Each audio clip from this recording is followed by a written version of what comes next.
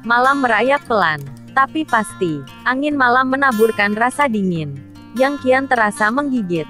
Di ruang tamu berukuran 3 kali 3 meter, di kasur lipat yang warnanya sudah terlihat pudar, Denny terbaring dengan hati gelisah. Ada hasrat jiwa yang menyiksa, hasrat dibelai dan membelai, dalam gelora cinta. Denny bangkit dari tidurnya, melangkah gontai ke ruang tengah. Dilihatnya Dewi yang terlelap sambil memeluk guling. Ingin sekali Denny memeluk tubuh Dewi. Namun, Denny tak memiliki keberanian untuk mewujudkan keinginannya itu. Penolak demi penolakan yang didapat dari Dewi, membuat nyalinya ciut. Bila ada hasrat untuk mengajak bercinta, Denny menghembuskan napas, pelan dan berat. Akhirnya, Denny membalikkan tubuhnya, ditinggalkan ruang tengah dengan lantah gontai. Kembali ke ruang tamu, dan membanting pantatnya dengan keras ke kursi.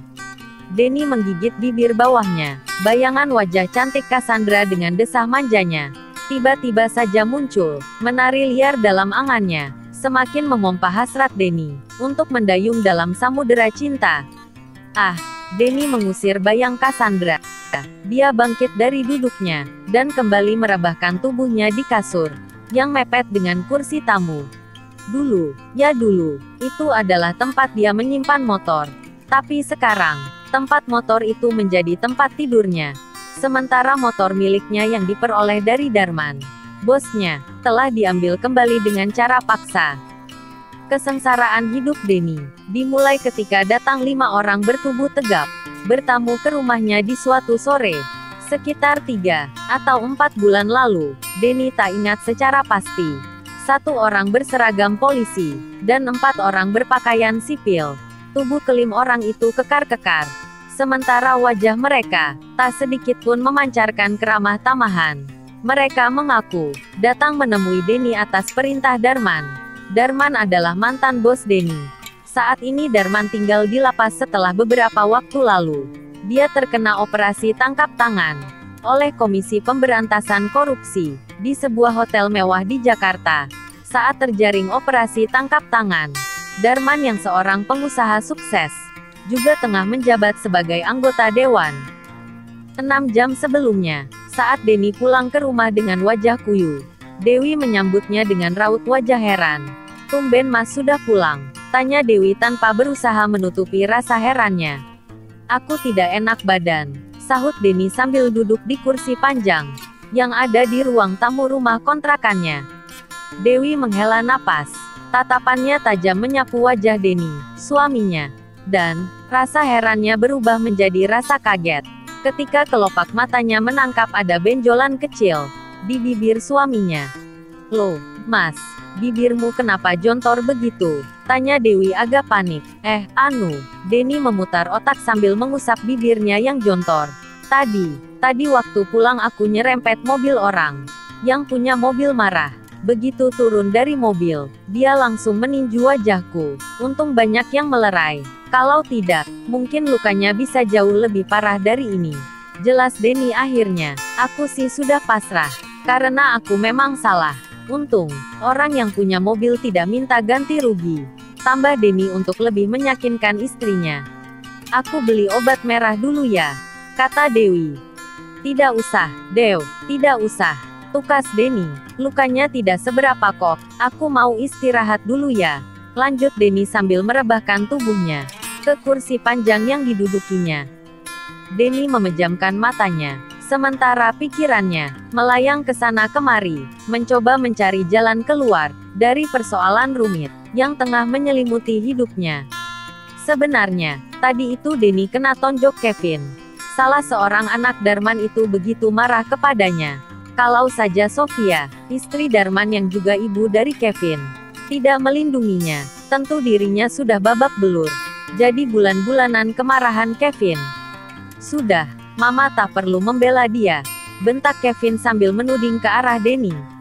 "Tapi ini salah Mama, Nak, ini salah Mama, bukan salah Denny," ujar Sofia dengan kelopak mata yang mulai mengembun. Brak! Kevin memukul kap mobil dengan keras. Napasnya memburu, 2 kelopak matanya memerah. Nampak jelas sekali kalau dirinya tengah dirasuki amarah yang amat sangat menggelora. Dasar manusia tidak tahu berterima kasih. Maki Kevin ke arah Denny dengan suara menggelegar. Tangannya terkepal, kencang dan keras. Dia pun memburu Denny dengan buas.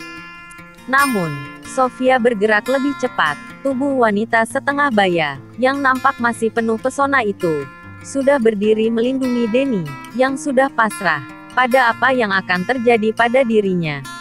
Sudah Kevin, sudah, ujar Sofia serak. Air mata yang tadi menggantung sudah mulai menetes satu demi satu dari ujung kelopak matanya. Kalau kamu mau pukul, silahkan kamu pukul mama sepuasmu. Mama yang salah. Kevin, ya, mama yang salah. Lanjut Sofia sambil terisak. Kevin merenggangkan kepalan tangannya, khawatir nanti pukulannya akan salah sasaran. Akhirnya Kevin menurunkan tangannya. Gigi gerahamnya bergemeletuk, menahan emosi yang meledak-ledak di rongga dadanya. Sambil menghela napas, Kevin membalikkan tubuhnya, lalu melangkah gontai menuju kursi yang ada di pojok kanan garasi. Kevin membanting pantatnya dengan keras ke kursi.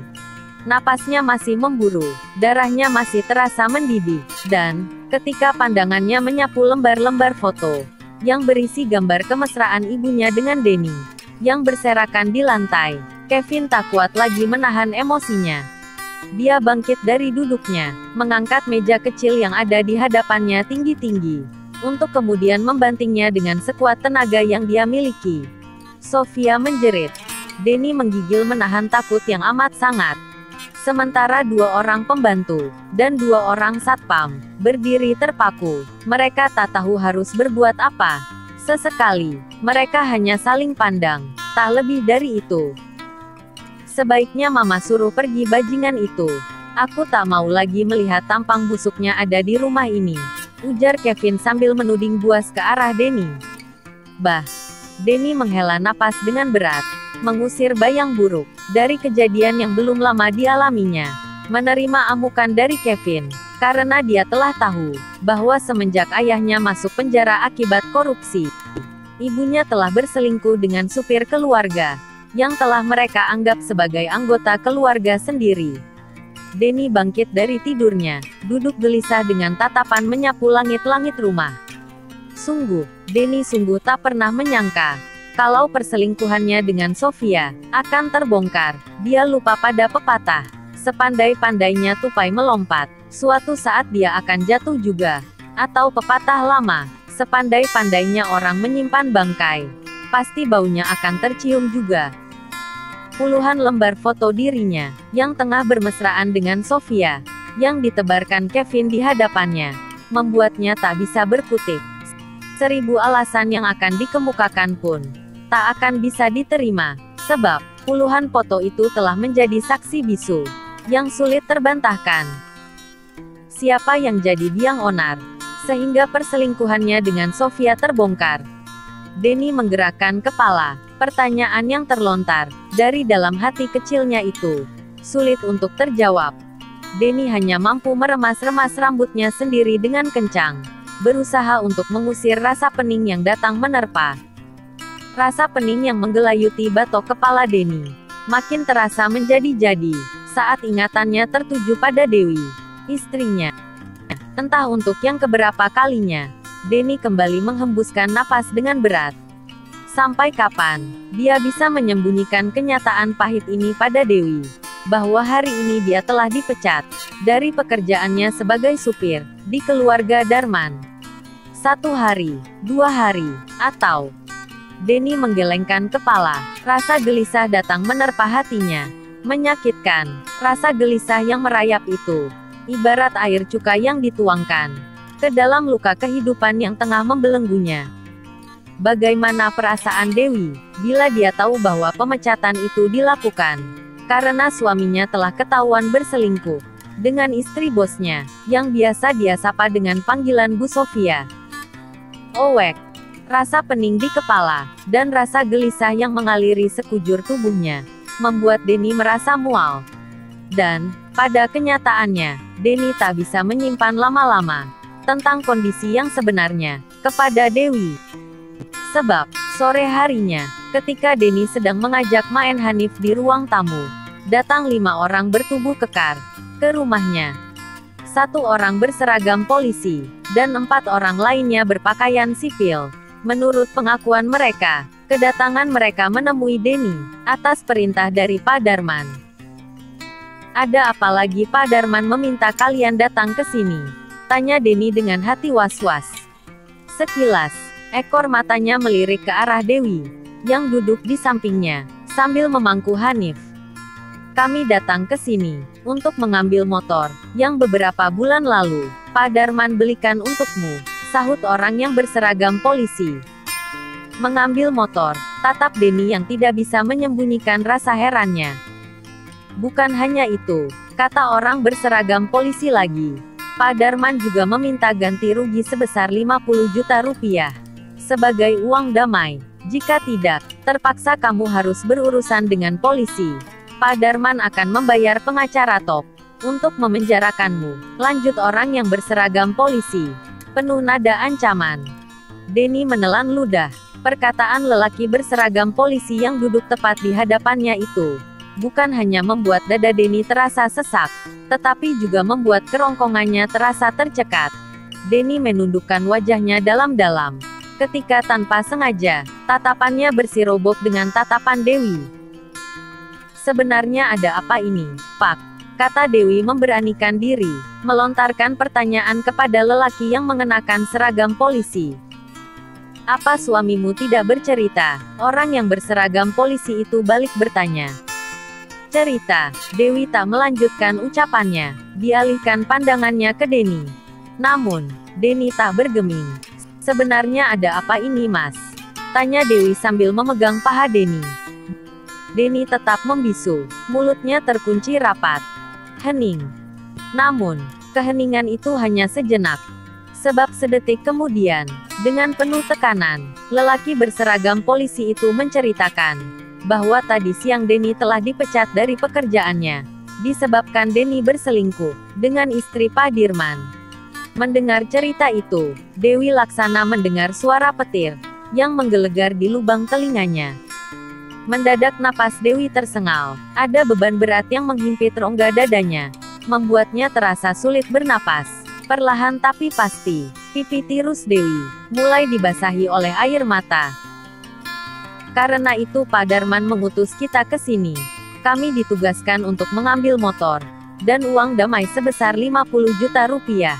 Kalau tidak, terpaksa suamimu akan kami geret ke kantor polisi." Suara isak tangis sudah terdengar dari mulut Dewi. "Bagaimana Pak Denny?" orang berseragam polisi itu terus mencecar. Denny mengeluarkan dompet dari saku celananya, lalu mengambil STNK motor dan menyerahkannya kepada lelaki berseragam polisi itu. "Kalau kuncinya masih tergantung di motor," lanjut Denny lirih, hampir tak terdengar. Denny mengusap wajahnya dengan telapak tangan. Lalu katanya bernada gusar, "Silahkan Bapak ambil motor itu. Tapi untuk uang damai, saya tidak punya sebanyak itu." "Kamu jangan bohong," bentak lelaki berseragam polisi itu. "Sudah lebih dari 10 tahun. Kamu bekerja pada Pak Darman, orang yang terkenal royal itu. Masa tabungan 50 juta saja kamu tidak punya?" lanjut lelaki berseragam polisi, dengan mata melotot galak. "Benar, Pak," sahut Denny. "Sudah, sekarang kamu ambil dulu BPKB motornya. Setelah itu kamu ikut kami ke ATM terdekat untuk mengecek saldo tabungan kamu." Denny tak bergerak, pantatnya masih menempel di kursi. Kelakuan Denny itu membuat lelaki berseragam polisi menjadi sewot. Dengan kasar lelaki berseragam polisi itu melempar STNK motor yang ada di tangannya ke wajah tampan Denny. "Jangan tunggu kesabaran saya habis Pak Denny.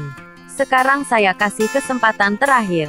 Pak Denny mau mengikuti perintah saya, dan urusan kita bisa selesai dengan baik. Atau, Pak Denny lebih memilih untuk mendekam di penjara dalam waktu yang lama." bentak lelaki berseragam polisi itu sambil bertolak pinggang. Dewi bangkit dari duduknya, sambil menggendong Hanif. Dewi melangkah terlatih menuju ruang tengah. Tak lama kemudian, dia kembali ke ruang tamu dengan membawa BPKB motor. Dewi menyerahkan BPKB motor yang ada di tangannya kepada lelaki berseragam polisi. "Sudah Mas, kamu ikuti saja perintah Bapak ini," ujar Dewi lirih, meski kelopak matanya basah, tapi sorot matanya begitu membara, menyiratkan selaksa amarah yang menggelora.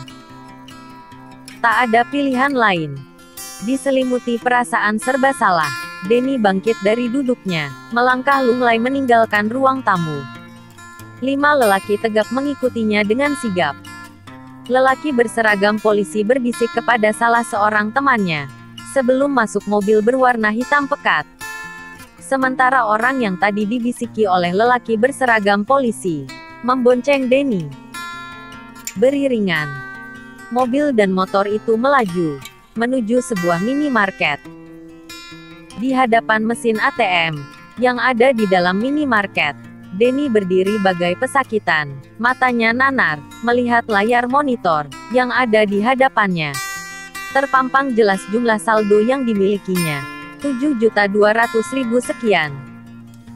Sebenarnya, lelaki bertubuh tegap itu, ingin mengambil semua sisa saldo yang ada, tapi tidak mungkin, sebab, batas maksimal penarikan hanya 7 juta rupiah. Dengan tangkas, lelaki bertubuh tegap itu menyambar uang yang disodorkan Denny. Sambil mengembangkan senyum sumringah, lelaki itu memasukkan uang ke dalam saku celana blue jeansnya. Kemudian, dia menuntun Denny untuk segera meninggalkan ruangan minimarket. Di tempat parkir, lelaki yang sejak tadi mengawal Denny melapor kepada lelaki yang berseragam polisi. "Hanya ada 7 juta rupiah," katanya. Lelaki berseragam polisi itu menganggukkan kepala. Kemudian dia menatap tajam ke arah Denny. "Urusanmu dengan kami telah selesai." "Ya, anggap saja sudah selesai. Nanti saya akan coba meyakinkan Pak Darman bahwa uangmu memang hanya ada 7 juta. Semoga Pak Darman mau mengerti. Kamu tenang saja, saya akan berusaha meyakinkan Pak Darman agar tidak perlu lagi mengangkat kasus ini ke jalur hukum," ujar lelaki berseragam polisi itu, sambil menepuk-nepuk bahu Denny. "Terima kasih atas bantuannya Pak," ujar Denny. "Oke, sama-sama," sahut lelaki berseragam polisi itu. "Oh ya, saya berharap mulai saat ini, kamu harus lebih berhati-hati. Kalau urusan tidak penting sekali, jangan jauh-jauh meninggalkan rumah.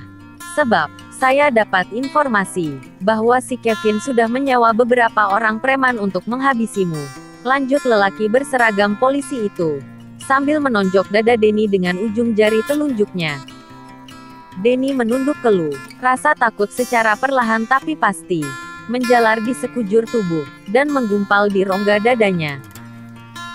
"Tugas kita hari ini sudah selesai. Mari kita kembali ke kantor untuk membuat laporan.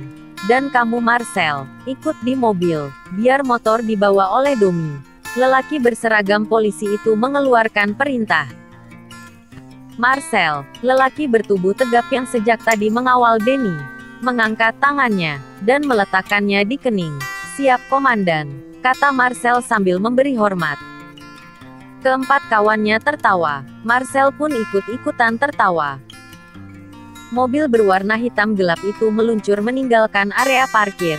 Di belakangnya, motor yang dikemudikan Doni mengikuti. Sementara Denny masih terpaku di pelataran parkir. Kakinya terasa berat sekali untuk diajak melangkah. "Pintar kamu Lan," kata Marcel kepada lelaki berseragam polisi yang bernama Alan. "Bisa-bisanya merekayasa perampokan, dan korban yang dirampok tidak sadar bahwasanya dia telah dirampok," lanjut Marcel terkekeh. "Sekedar memanfaatkan situasi," sahut Alan kalem, sambil membuka seragam polisi yang dikenakannya. "Kamu simpan di kantong plastik hitam. Kantong plastiknya ada di kursi belakang. Seragam itu besok pagi harus aku kembalikan pada yang punya," lanjut Alan sambil menyerahkan baju dinas polisi kepada Marcel yang duduk di jok belakang. Marcel menerima baju yang diserahkan kepadanya. Lalu katanya sambil tersenyum lebar, "Gara-gara seragam ini, kita dapat rejeki dadakan yang lumayan besar." Bahkan si Denny itu tidak tahu kalau yang memerintahkan kita adalah Kevin, bukan si Darman koruptor tengik itu, kata Sandro dari balik kemudi mobil. Dan hanya diperintahkan untuk mengambil motor, ujar Marcel, lagi-lagi sambil tertawa. Wih, coba sekarang kamu hubungi Kevin. Motor itu harus kita antar ke rumahnya. Atau antar ke kantornya, perintah Alan pada Bowie. Siap bos, sahut Bowie yang duduk di samping Marcel. Dengan sigap, Bowie segera menghubungi Kevin. Terjadi pembicaraan singkat. Kemudian, usai menelpon, Bowie nampak bersiul senang. Mesti kita antar kemana Wi? Tanya Alan tak sabar. Tak perlu diantar, motornya disuruh ambil saja buat kita.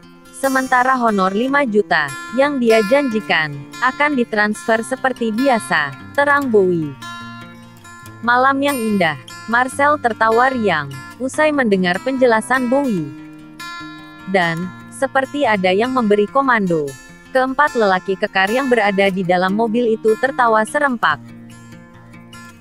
Denny memukul betisnya yang terasa gatal, mencoba membunuh nyamuk, yang dengan lancang, telah berani mencuri darahnya.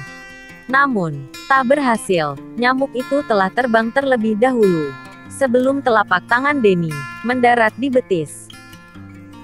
Denny menggaruk-garuk kepalanya yang tidak gatal, lalu meremas-remas ujung rambutnya dengan kuat. Pikirannya terasa penat. Irisan masa lalu yang menyakitkan itu masih terekam jelas dalam memori ingatannya, dan masih meninggalkan bekas luka berkepanjangan sampai saat ini. Ya, sampai saat ini. Malam semakin tua, rasa dingin semakin menjadi. Denny menyadarkan punggungnya ke tembok, menikmati kepedihan dalam selimut sepi.